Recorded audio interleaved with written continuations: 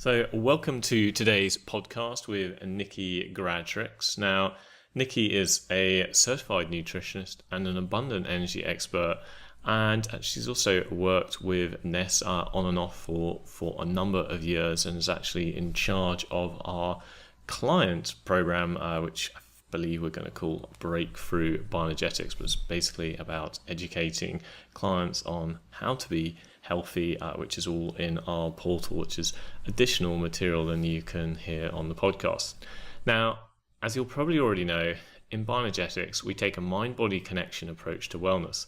It's a key element of any holistic healing journey, and we believe that there is an emotional connection to all illness. Well, what's fascinating about today's podcast is that this isn't just a belief. There is solid scientific research into the connection between emotional trauma and illness and the body. In other words, the body remembers, and it can have root causes in illness, as well as self-sabotaging behaviors and belief patterns. Now, Niki is an expert in the field of childhood trauma and the effects on the mind and body. And she also shares what she's learned about a recent large-scale study on ACEs, i.e. adverse childhood events, and how these early events affect our health, increase our triggers to stress, and even though we can't turn back time, we discuss some ways that we can address and even reset our bodies so we don't keep being affected by the past. There is hope. So let's just dive straight into the research. What have studies discovered about emotional trauma? Just how does childhood trauma affect our health in adulthood? And what can we do about it? If we start just talking about emotional trauma for a second, emotional trauma is probably the most underexposed risk factor for all major chronic illnesses in adulthood. And one of the ways that we know this is there was a set of really important studies done. The original one was called the Adverse Childhood Events Study, and it was done in between 1995 and 1998. It was by the CDC and Kaiser Permanente, and they were looking at over 17,500 adults. And they basically surveyed everybody and asked them if they'd had an adverse childhood event, and that's known as an ACE. And then they correlated the number of ACEs that people were self-reporting with onset of chronic disease in adulthood. And the results were stunning. The researchers weren't expecting to get the results that they found. So first of all, 67% of all adults in that study reported they'd had at least one ACE. And of that, 80% said that they'd had more than one. And then the correlations were incredible as well. So for example, if you have a high level of ACEs, you have a dramatic increased risk of 7 out of the top 10 causes of death. If you had like 6 ACEs, for example, you have a 20-year reduction in lifespan. If you had 4 ACEs, you had things like a 400% increased risk of depression, of Alzheimer's. 2 ACEs is double the risk of autoimmune disease in adulthood. And for example, if you had 8 ACEs, you have triple the risk of lung cancer and 3.5 times the risk of heart disease. And one illness that I call like the poster child for ACEs was chronic fatigue, where if you have ACEs in childhood, you have a 6-fold increased risk of chronic fatigue in adulthood if you have 6. And that was similar to also things like fibromyalgia. So this is probably one of the most important studies done in medicine today, and it's one of the most underreported. And it really shows the bottom line is that, you know, emotions are fundamentally important. There's an emotional component to every chronic complex illness and every ailment that you can think of in most cases. So is there a correlation between the type of ACEs and a particular condition, a common thread? So in the study, what were they looking at when they were talking about these ACEs? So they were looking at things like parents separating or divorce, physical, sexual or emotional abuse, physical and emotional neglect, domestic violence, witnessing violence in a family, substance abuse and things like that. There were about 10 that they looked at, and essentially each one counted towards as one ACE. And there wasn't much difference between those. There was approximately the same impact of whether you had any of those kinds of things. But they also dramatically underestimated, even 67% was an underestimate because they missed ACEs. So they missed things like, for example, being a victim of, say, bullying, or there's all sorts of things. They didn't include homophobia. There could have been financial stress in childhood, many things. Even a traumatic birth is a huge trauma from childhood. A child being hospitalized for a chronic illness in childhood can be very traumatizing for a child as well. So, and also one other thing, emotional neglect is very hard to self-report. So probably when you're just asking somebody, did you have emotional neglect or emotional abuse in childhood, many adults will probably say no, and it's not until they get in a skilled environment where a skilled practitioner is asking them, they'll actually be able to self-report and say, how are you supposed to know how you were meant to be treated in childhood? So the chances are probably nobody's unaffected by adversity in childhood. If you take that into account also with the fact that trauma is intergenerationally inherited. So you might look at your own childhood and say, well, I didn't really have anything. But what about your parents? What about your grandparents? Because, for example, third-generation survivors of the Holocaust victims have the same psychological and physiological expression as their grandparents. And that's been found across the world where there's been war and famine. You see it runs through the generations. And that's also been in mainstream studies now, showing in animal studies and so on, showing that trauma can be passed down through the sperm, interestingly, and through the female line as well, but through 7 generations. So how exactly are the ACEs affecting our biology? Are ACEs affecting an epigenetic change or the expression of the genes? Does the environment of our cells get affected in some ways? So this is a really interesting question about the role of epigenetics. And it turns out that's a really important factor in essentially how does childhood autobiography become adult biology?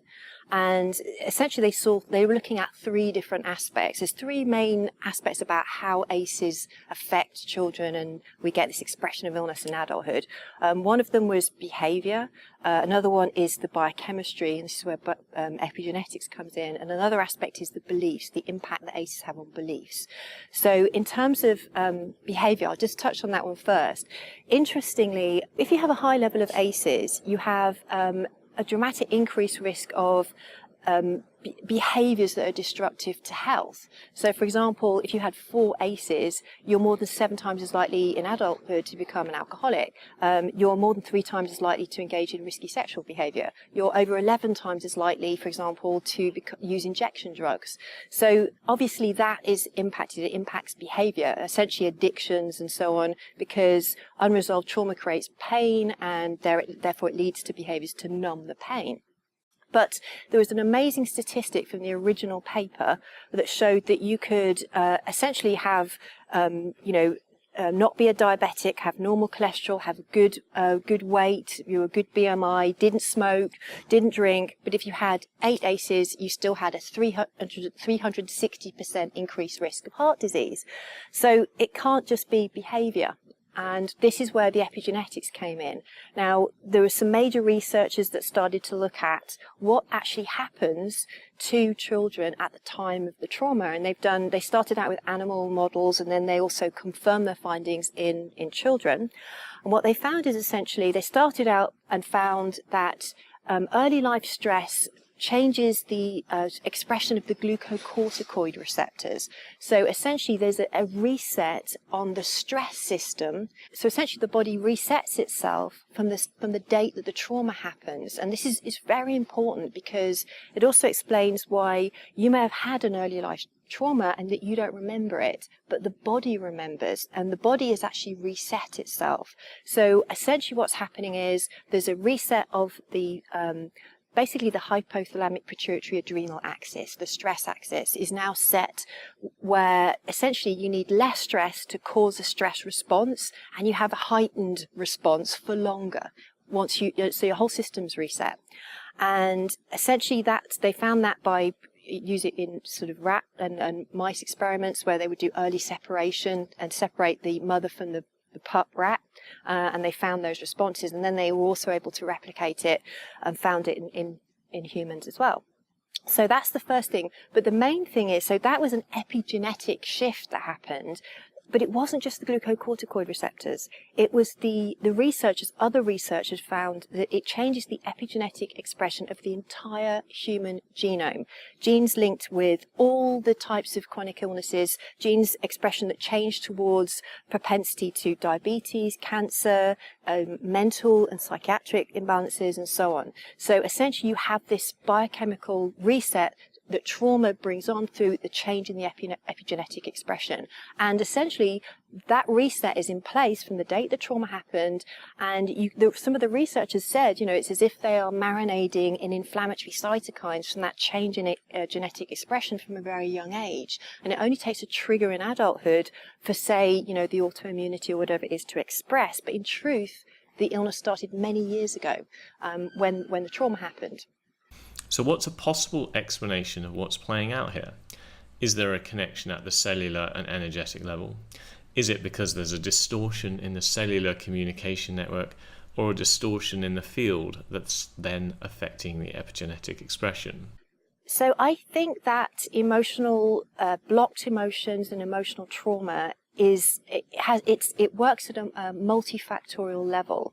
So in the beginning, the epigenetic changes the biochemistry, it changes the gut flora, it changes the way that the immune system's functioning, and that has a impact on the brain. So we know, for example, that if you change the gut flora, and stress and early life trauma totally will change the gut flora, leading to leaky gut and things like this. But we know that if you change the gut flora, that will also change somebody's propensity to anxiety and depression. So that we know, for example, that underlying anxiety and depression, gut dysbiosis is associated with that. You can actually treat it now. They're looking at treating PTSD, post-traumatic stress disorder, for example, with probiotics.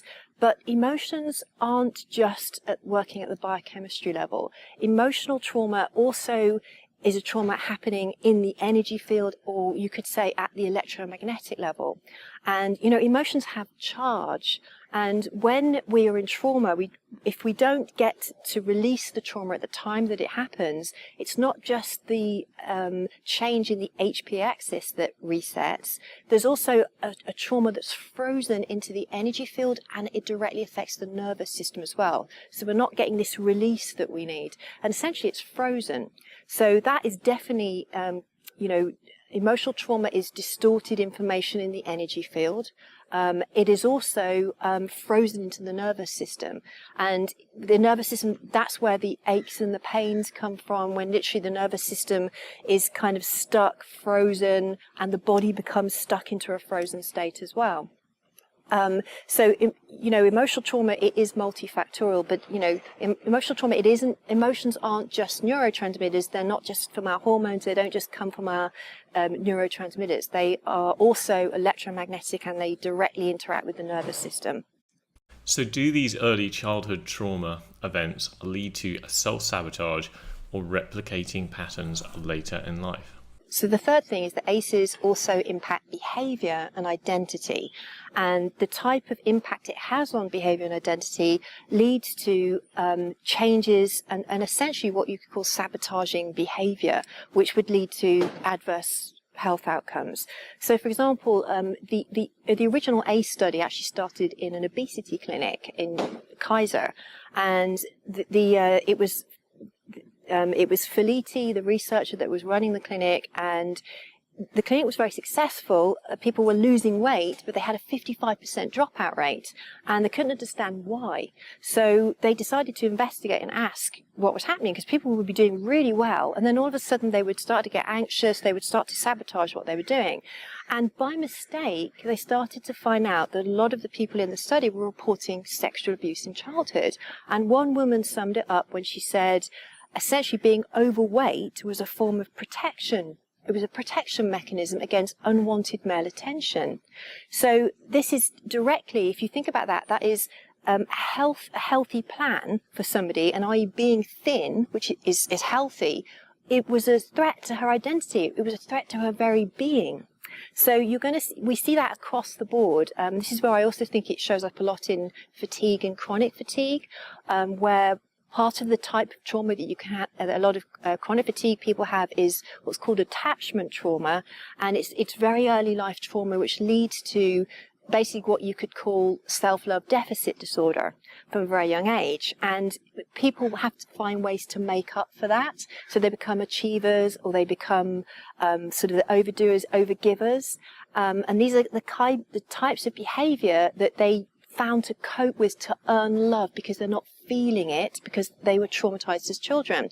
And you see these kinds of actually more subtle addictive behaviors like workaholism, that there's many, that will actually, when somebody's trying to implement a health regime, they're going to sabotage it. They're not going to be able to stick to it, because at some level, at the unconscious level, it's a threat to them. And if you don't deal with that, you're not going to have, as a practitioner, you're not going to have compliant patients, and as a patient or a client, you're not going to be able to stick to your plans. So that's one part of it. The other part is the direct impact that ACEs would affect people's belief systems about themselves. So if you have ACEs, there tends to be internal belief systems going on, such as, that probably is unconscious to the person, such as that they don't deserve health, that they deserve to have suffering.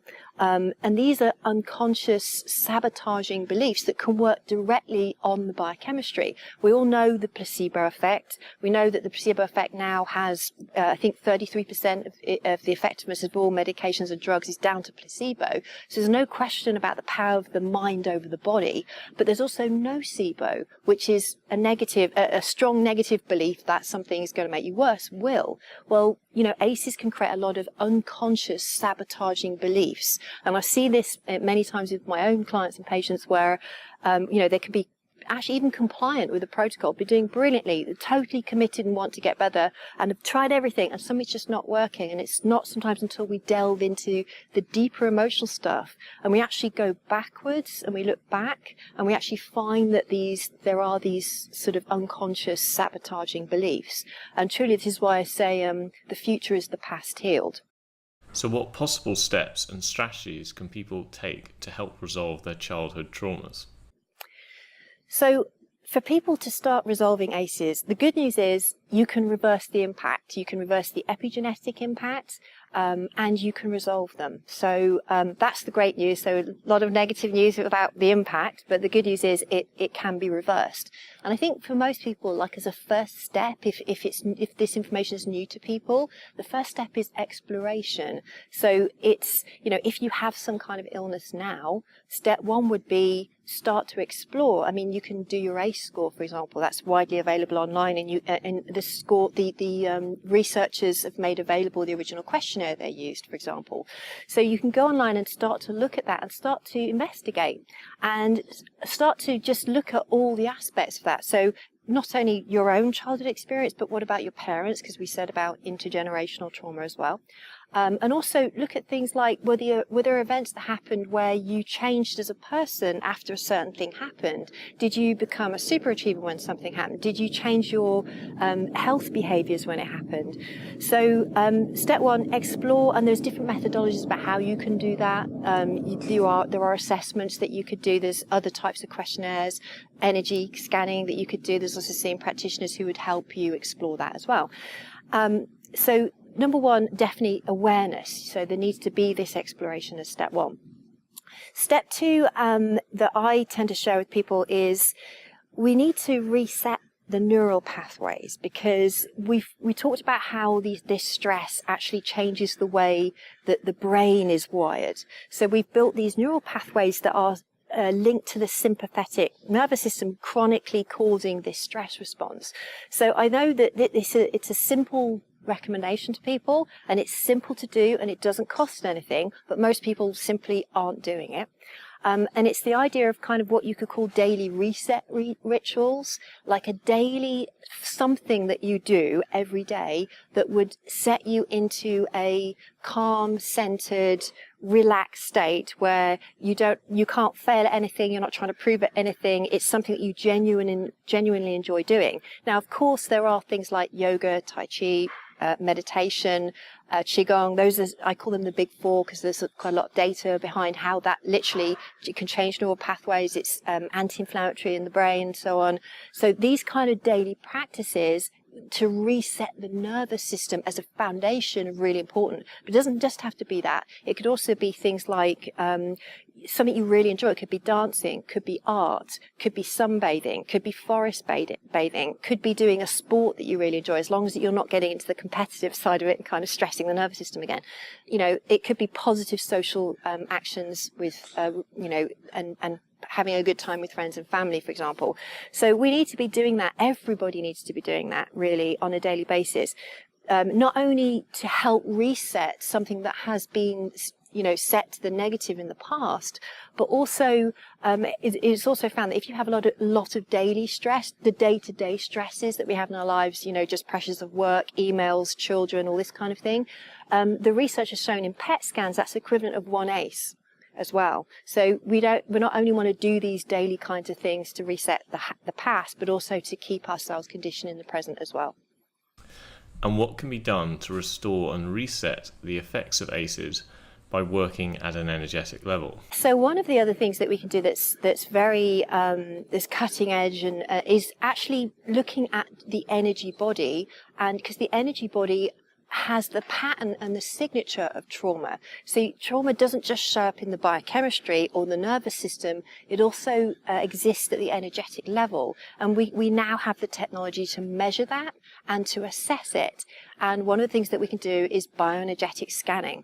And in, for example, the Nest Health Provision system, this is one of the ways that we can get an instantaneous snapshot of the types of trauma that may be going on presently, but also from the past as well, with our clients that we see and our patients. So in the Mind screen, for example, we have the hologram screen, and this can be profound. And I often see these correlations. One of the things that I do with my clients and patients is I do often get them to fill out quite extensive questionnaires on their emotional history. And I also get them to fill out quite an extensive attachment history questionnaire, because attachment trauma is also a major part of most trauma is from relational trauma. And so I usually have a huge history already. And when I then get the client's scan results, it's quite amazing to see the correlations. Is that before I've even talked to the client, I can see how exactly what's showing up in their scan is showing, and it usually correlates exactly with what they've said in their questionnaires. And it might be someone kind of saying they're feeling hopeless and helpless, and they'll talk about how they felt in childhood, and there's still a part of them that feels like that, and that will show up in the scan. So and really, when we see that in a scan, you know, obviously this kind of thing needs to be dealt with very carefully and gently and compassionately and in a very accepting way with the client. But it's the trigger for the client to start exploring that. And you're not going to sort of shove it down their throat or anything like that. You're going to sort of present that to them, and they'll be, first of all, they're amazed to go, that's exactly what I wrote in my questionnaires, and I say yes, and then we start to delve in, and they start to explore that, and it's amazing just the insight and the connection. Somebody can look at a screen and suddenly make the connection between an ailment that they have, or maybe even a chronic illness they've had for many years, and suddenly see the connections. And just seeing it, even in a consultation, I've had people have clearings there and then in the consultation, just making those connections between what they're seeing on the scan, and suddenly connections they just never made before. And then it starts a whole reflective process, and that can be healing in itself as well. So infoceuticals are a really efficient, wonderful and gentle way to work with emotional trauma and blocked energy. And in my experience of working with infoceuticals with my clients, what's great about them is they help to move the energy in a gentle way where things are coming up for the client, but it's not happening in a way that can re-traumatize somebody. So it's perfect. There may be, I've seen my clients would suddenly they can feel their feelings. Maybe they feel sad, or they feel some anger coming up, or they may be feeling grief. And it seems like it's coming up for no reason. And then we point out, it's like, no, this is what we're clearing. It's what the infoceuticals is helping. Sometimes people might be having vivid dreams, or they have sudden insights into things. But what's lovely is that it is, as I mentioned, it's not re-traumatizing people. So it's a way of releasing the energetic distortions, without causing, huge amounts of distress.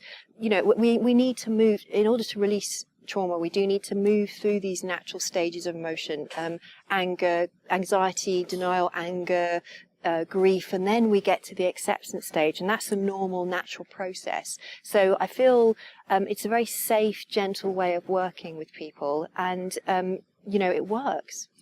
And what research shows that there is an energy field in the body? So one of the things that I think's happened in academia when it comes to medicine is that most practitioners and even researchers are overeducated in biochemistry and undereducated in physics. And in truth, the basis of chemistry is physics. It's the making and breaking of molecular bonds, which is essentially to do with, charge, and it's to do with things that would fall into the science of physics. And, physics is at the most fundamental of all aspects of how the body works, from, how action potentials over cell membranes, how we move our muscles. If we think about the very signs of life, when a doctor's checking for the signs of life, they're checking for a heartbeat, which is electrical. And we know when there's electricity, there's also fields created. There's magnetic fields. We also know, for example, with 30 years of research from HeartMath, that there's an electromagnetic field around the heart, which is 100 times stronger than the field around the brain as well. So, it's really at the essence of biochemistry. Our body also functions from physics profoundly. It's just part of what we are. It's not a new discovery. And so it shouldn't also be a surprise that there are fields created around the body, and that also, of course, we have 5,000 years of Chinese medicine that they knew this that long ago, that we also have the meridian system and the system of acupuncture points. And one of the things that I've noticed in the research is that just because the research has been done in, say, Russia or Germany or maybe even Korea, that's a reason to overlook it, even though the research is there, it's been done. And it's, we know that acupuncture points are real. So, for example, we know that there is a fourth circulatory system with the acupuncture system because researchers have injected radioactive phosphorus and have tracked that it doesn't just go into the bloodstream into organs, it goes to other acupuncture points. So we have a system, and there are Ukrainian researchers who've also found what's flowing through that system, energy and information. So we definitely have fields and flows of information that are impacting the biology and essentially telling it what to do. And something that I feel that has also been missing in biochemistry is the outcome of the Human Genome Project, where they found, we only had around 20,000 genes. We were expecting, millions, because we have millions of different proteins in the body. So therefore, we thought there'd be a gene for every protein, and there isn't. So what is the mechanism about how proteins know what they turn into and how cells differentiate? And I think there's compelling evidence that's starting to build up to show that stem cells specifically are profoundly impacted by electromagnetic information and waves. And you see this with looking at the research behind pulsed electromagnetic frequency, for example, where that has a profound effect on causing certain stem cells to differentiate into cardiac cells, liver cells, or whatever. So there's a regenerative impact that pulsed electromagnetic frequencies have, for example. So, and also laser has been found to do the same thing. There was a Russian researcher that was using lasers and playing around with lasers, and one day he came out and reported that he'd managed to regrow teeth in his patient, and the university was working out that was the last straw, and they threw him out. And then a couple of years ago, Harvard Medical School came out and said they'd regrown teeth using laser. So this is quantum physics solutions. This is a practical solution for quantum physics to essentially regrow teeth, which means that one day we won't have to have, root canals and so on anymore. We just regrow our teeth. So in this idea, I think the energy fields, the energy flow, the energy system of the human body field I think there's compelling evidence that it contains a blueprint to basically direct the body into the shape it takes and the ways that the cells differentiate and what makes us human. And I think it's the missing piece of information. And even look at how fast the information needs to flow. The speed of a nerve, or a hormone, or just chemistry alone, it doesn't explain the speed of reactions as well, about how fast cells are differentiating. They're differentiating instantaneously, hundreds of cells apart, when a fetus is growing, for example. I think that is compelling evidence there's a field of information involved which is directing the biology. And that's one of the reasons why I'm involved with bioenergetics, and I'm excited to be in the field, because I think there will be continuing major breakthroughs, because it's, by some they might see that as fringe science at the moment. Well, the fringe science of today is the main science of tomorrow. So yeah, I think it's the future of medicine. And so, on the point of the future of medicine, why does biochemistry not give us the full picture? Why is biochemistry too slow to explain how communication really works in the body, and the incredible speeds of information that get exchanged? Why does an energy field explain so much more of that than biochemistry ever has? And what does the research have to say, and how can bioenergetics help? So I think that there are multiple reactions in the human body that take place that cannot be explained by the speed of biochemistry. And there are, for example, when cells differentiate, when a fetus is growing, cells are differentiating instantaneously, hundreds of cells apart, which suggests that there must be some kind of field that's present that's giving the information simultaneously to all the cells in that vicinity, turning it into, a liver, a heart, and so on. So there's also speeds. There's areas of biochemistry that we don't understand. For example, we haven't really understood the speed that enzymes work, and enzymes that change one molecular structure into another. And we found it's only through aspects of quantum tunneling, for example, where we found that it's actually that those reactions are happening probably faster than the speed of light. And, if we think about the complexity and the majesty of the human body, it's not possible to explain at some of these actually very slow speeds of whether it's a hormone, even electricity, the speed of electricity flowing through a nerve isn't fast enough to explain some of the amazing biological expressions that mammals and humans and all living life have. So most people may not realize that the forefront of molecular biochemistry is actually turning into quantum physics, because they're now observing experiments and changes in biochemistry happening at the speed of femtoseconds, which is a quadrillionth of a second. And this was only made possible when an Egyptian Nobel Prize winner invented superfast lasers. The superfast lasers allow researchers to be able to observe very fast reactions in chemistry. And so they're now being able to observe things like how enzymes work in the body at super fast speeds. And essentially what used to be theoretical physics is now observable in the lab with lasers. So a lot of what we were just seeing theoretical is now becoming reality. So with super fast lasers, this is starting to point us to be able to prove in a lab setting things like quantum tunneling, or atoms and particles simultaneously appearing and disappearing, and they're now able to observe that. So what they are finding is that processes of quantum physics are happening in biology, because now we've got the instruments to measure it.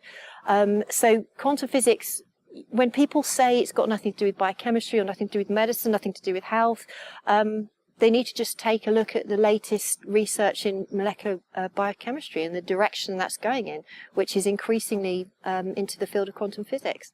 So one of my favorite experiments done, and I think it's an important one that more people should know about when we talk about the human body field and proof that there's a kind of a light field and that there's a energetic field around the body, is a study that was done called the phantom DNA experiment. And it was done by Vladimir Poponin, who is a senior research scientist at the Russian university.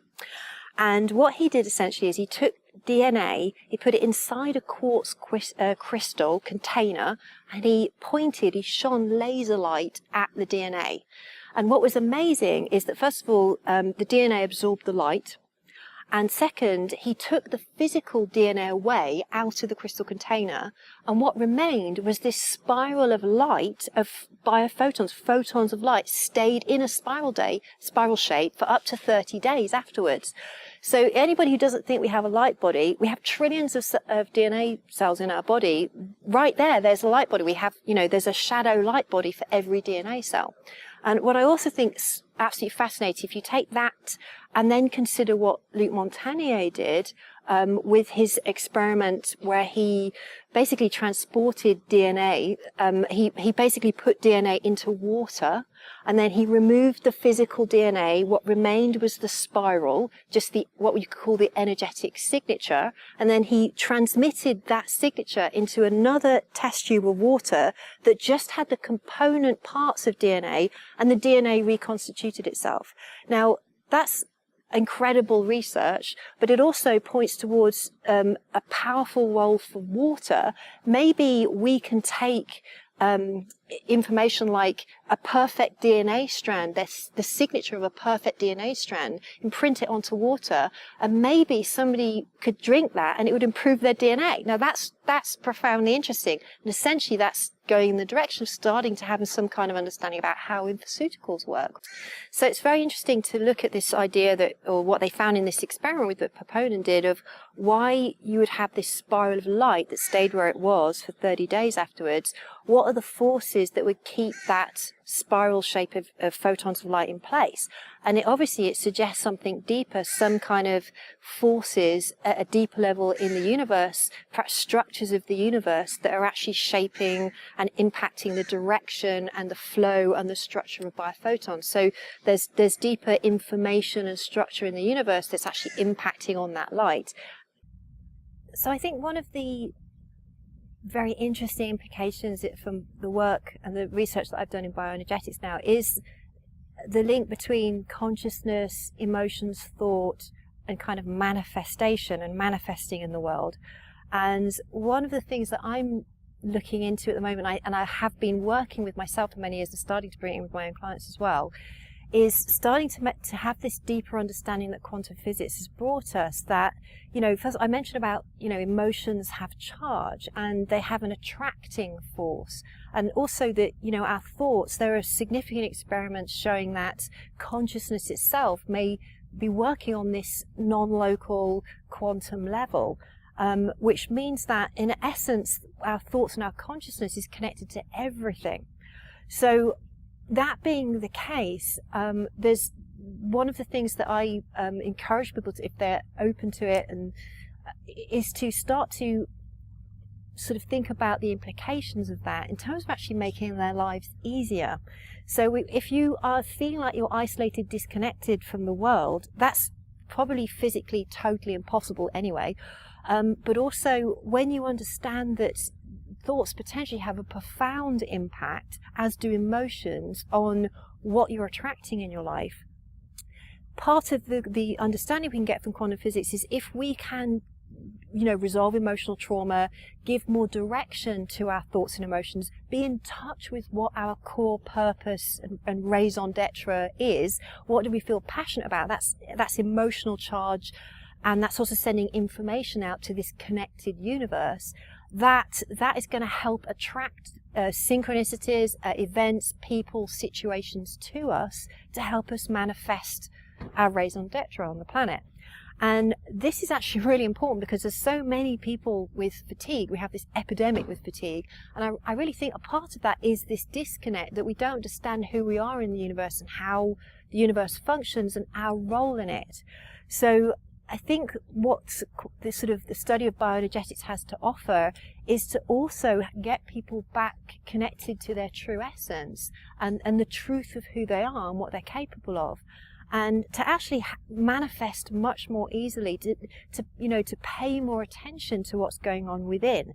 Those that don't go within go without. So connecting into, once we clear all that emotional work, I see in so many of my clients, like people, situations, even where they geographically live, just falls away, and their whole life's changing, and they're attracting new friends, new people, new situations. Their job can change.